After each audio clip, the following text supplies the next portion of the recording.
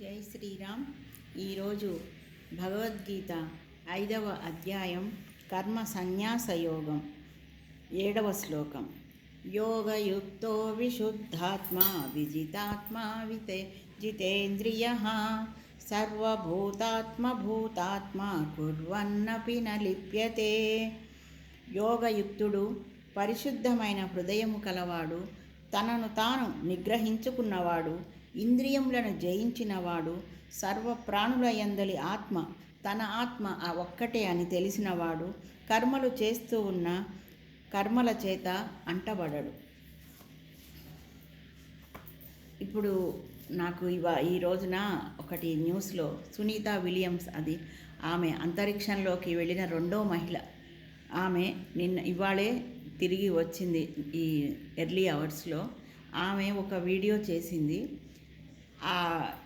ఆ వీడియోలో నిజంగా ఆమె అంత ధైర్యంగా అంతరిక్షంలోకి వెళ్ళటానికి, నేను వెళ్ళేటప్పుడు 2 వస్తువులను తీసుకెళ్ళాను, అవే నాకు చాలా ధైర్యాన్ని ఇచ్చాయి అని చెప్పిందట. అవి ఏంటో వింటే మనమే ఆశ్చర్యపోతాం.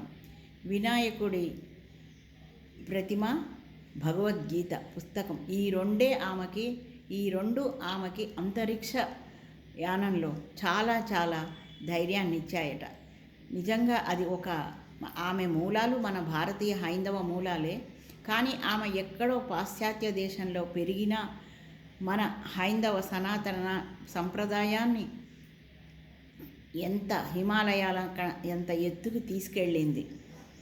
నిజంగా ఆమెకి ఆ మనోస్థైర్యాన్ని ప్రసాదించిన భగవద్గీత పుస్తకాన్ని మనందరం కూడా అధ్యయనం చేసుకుందాము అని నా ఉద్దేశం. అందుకే నా వీడియోలో భగవద్గీత శ్లోకాన్ని మొట్టమొదట ఉటంకిస్తున్నాను. ప్రతి వాళ్ళు మీరు ఆ భగవద్గీతని కనీసం ప్రతిసారి అదే చెప్తున్నా, భగవద్గీతని అధ్యయనం చేయండి. చదవటం కాదు, పారాయణ చేయటం కాదు, అధ్యయనం చేయండి. ఆమెకు మన కనపడని మాతృమూర్తి మనని సరైన మార్గంలోకి దిశానిర్దేశం చేస్తూ నడిపించే ఆ వేదమాత ప్రసాదించిన, పరమాత్మ ద్వారా ప్రసాదించిన ఆ వేదమాతే భగవద్గీత. నిజంగా ఆమె నాకు చాలా సంతోషం అనిపించింది. ఆమెని అంత ఇదిగా తీసుకెళ్ళింది అంటే అనుభవంలోకి చెప్పింది. అలాంటి అనుభవాలను కూడా మనం తెచ్చుకుందాము. ఇంకా మనం కొంతమంది ధ్యానమా, జ్ఞానమా, జపమా, పూజ అని అంటూ ఉంటారు.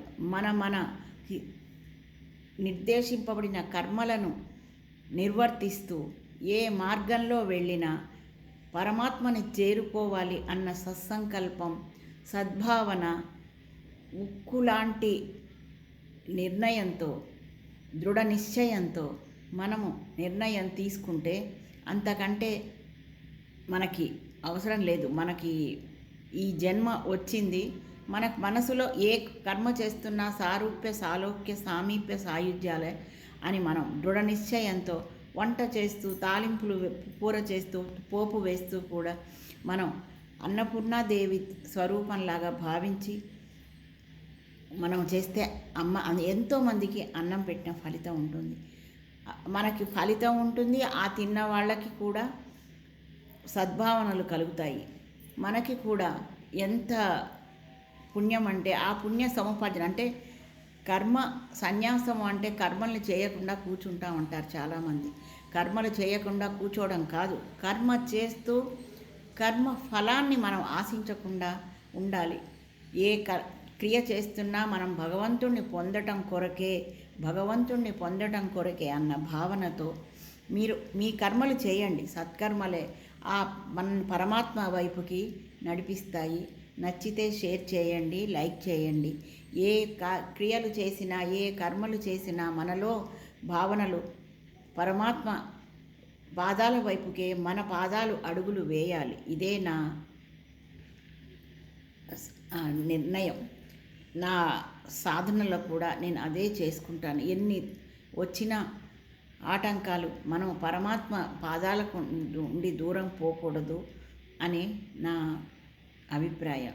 నచ్చితే షేర్ చేయండి, లైక్ చేయండి, సబ్స్క్రైబ్ చేసుకోని వాళ్ళు సబ్స్క్రైబ్ చేయండి. జై శ్రీరామ్.